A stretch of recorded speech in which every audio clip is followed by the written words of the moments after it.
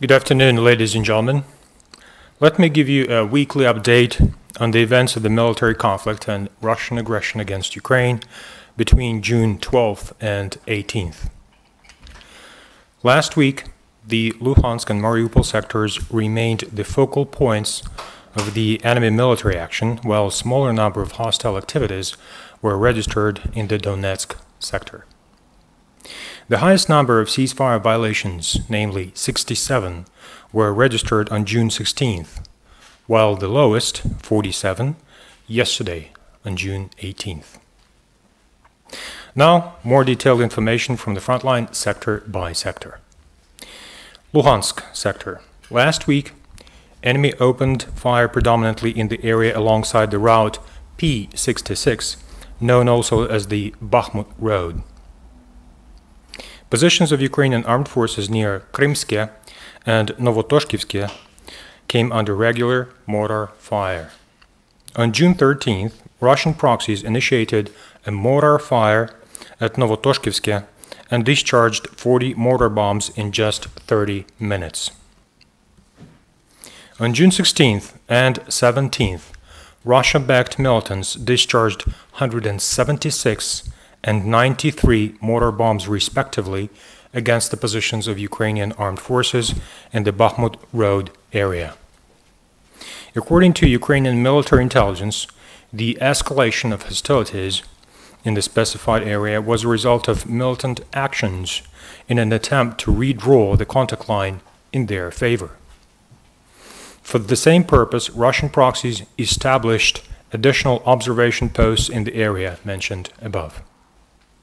Last week, the daily number of ceasefire violations in the sector ranged between 13 and 29. Now, the next sector. Russian proxies committed ceasefire violations across the entire front line of the sector, delivering most active fire in the area of Avdiivka. In the evening of June 12th, militants engaged Avdiivka and adjacent areas with mortars and tanks, having discharged nearly 120 mortar bombs and shells.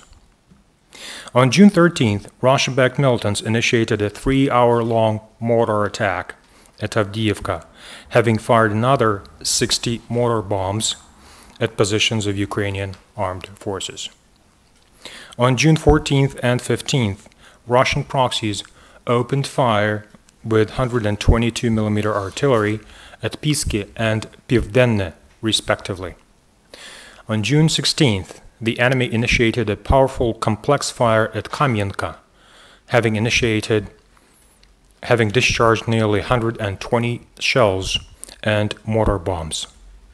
Last week, the daily number of ceasefire violations ranged between 11 and 17.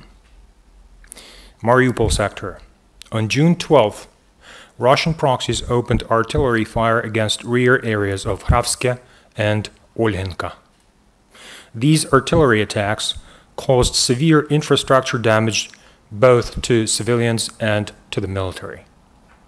From Tuesday to Sunday, militants regularly opened gunfire, occasionally launching small and medium-intensity mortar attacks on Krasnohorivka, Novotroitske, and Pavlopil-Shirokine parts of the front line.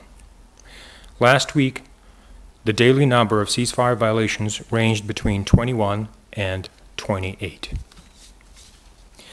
Russian proxy forces continued using heavy weapons. The most commonly used weapons by the militants are, of course, the 82mm mortars.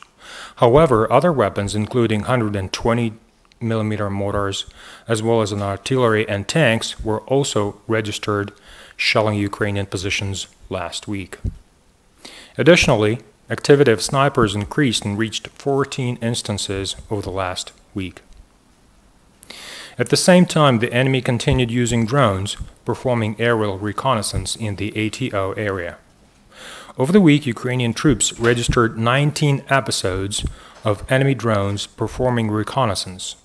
The enemy continued focusing its scouting efforts in the Luhansk and Donetsk sectors. The militants continued to rotate its forces in the ATO area. Last week, new military personnel, preliminary information by the intelligence reports that these were the cadets from Penza region, Russian Federation, arrived to eastern Ukraine.